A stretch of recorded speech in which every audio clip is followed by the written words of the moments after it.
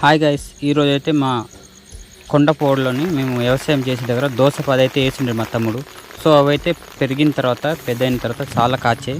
So ఇక్కడైతే పండిపోయినాయి, చాలా ఉన్నాయి ఫ్రెండ్స్. సో ఒక 2 అయితే కోసాము.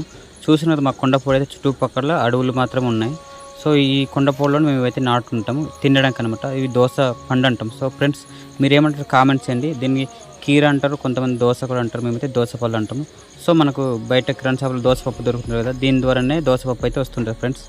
సో మా బాబాయ్ అయితే కట్ చేస్తున్నాడు. సో ఇది కట్ చేసిన తర్వాత అయితే చాలా పిండిగా చాలా స్పాంజ్ టైప్ ఉంది ఫ్రెండ్స్. చూసినా కదా, ఈ వీడియోలో చూస్తుంటే తెలిసిపోతుంది. సో దీని పిక్కలు అయితే పారేలి, పై చర్మం తొక్క కూడా పారేలి అనమాట. చెప్పాలంటే చాలా బాగుంది. సో మేము వర్షం పడిన తర్వాత ఇలా పాకలోనే ఉంటాము దాగడానికి. చాలా టేస్టీగా కూడా ఉంది. మరెన్నో వీడియోస్ కోసం నా ఛానల్ సబ్స్క్రైబ్ చేసి బెల్ ఐకాన్ ఆన్ చేసుకోండి ఫ్రెండ్స్. Bye friends.